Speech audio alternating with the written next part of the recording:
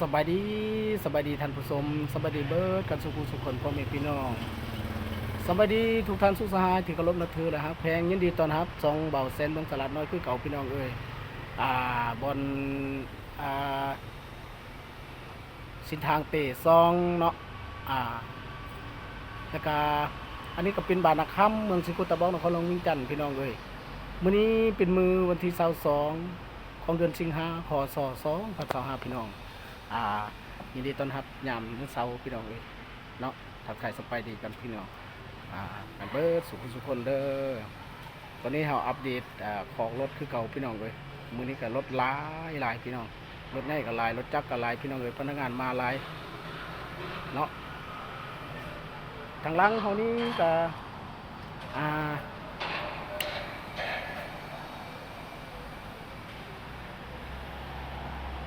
ก็อาจจะเป็นห้องแฮมยุดนานเนาะแต่ว่าตอนนี้เขากำลังสร้างพี่น้องเลยตอนได้แล้วเทื่อเนาะนี่เด้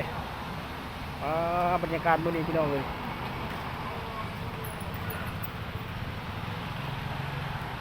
รู้สึกว่าสีครึ้มๆพี่น้องเลยฝนฟ้าอากาศกันเลยเนาะ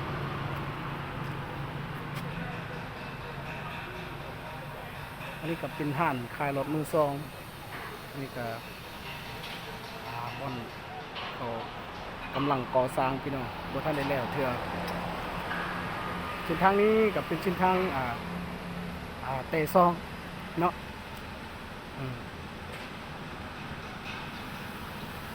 เส้นทางระหว่างนาโศกไตกับสังเกียงพี่น้องเลยก็ขึ้นกับเมืองสิกุตะบอกนครหลวงวิงจันทร์อยู่นี้ก็อาจจะเป็นบานนาคัมบางเส้นเมืองตลาดน้อยกับบุญคือประเดี๋ยวพี่น้องเลยจากแม่นก็คือ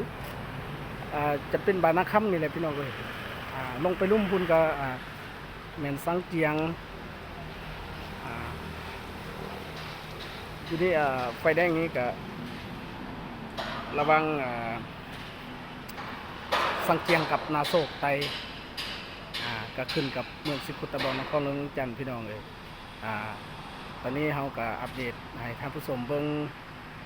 อัปเดตภาพบรรยากาศบนที่เราเฮ็ดเวียกเนาะอยู่นี่ก็คลองรถพยายามคลองรถจักรพี่น้องเลยโอ้กองกับมัว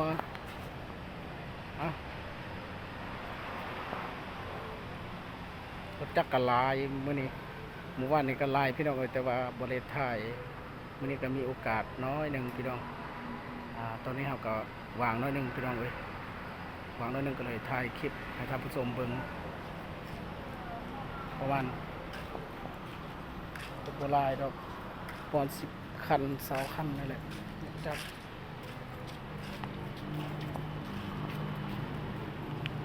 รถจักรรถใหญ่กับลายเนาะพนักงานเฮ็ดเวียกรถพนักงานแล้วก็รถลูกค้าคอกนี้ก็อันนี้เป็นคอกที่1เนาะเป็นคอกที่2คอกที่2นี่ก็ลายพี่น้องเลย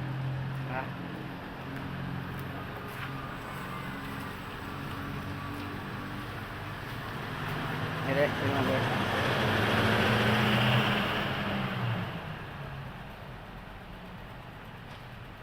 สำหรับคลิปนี้ก็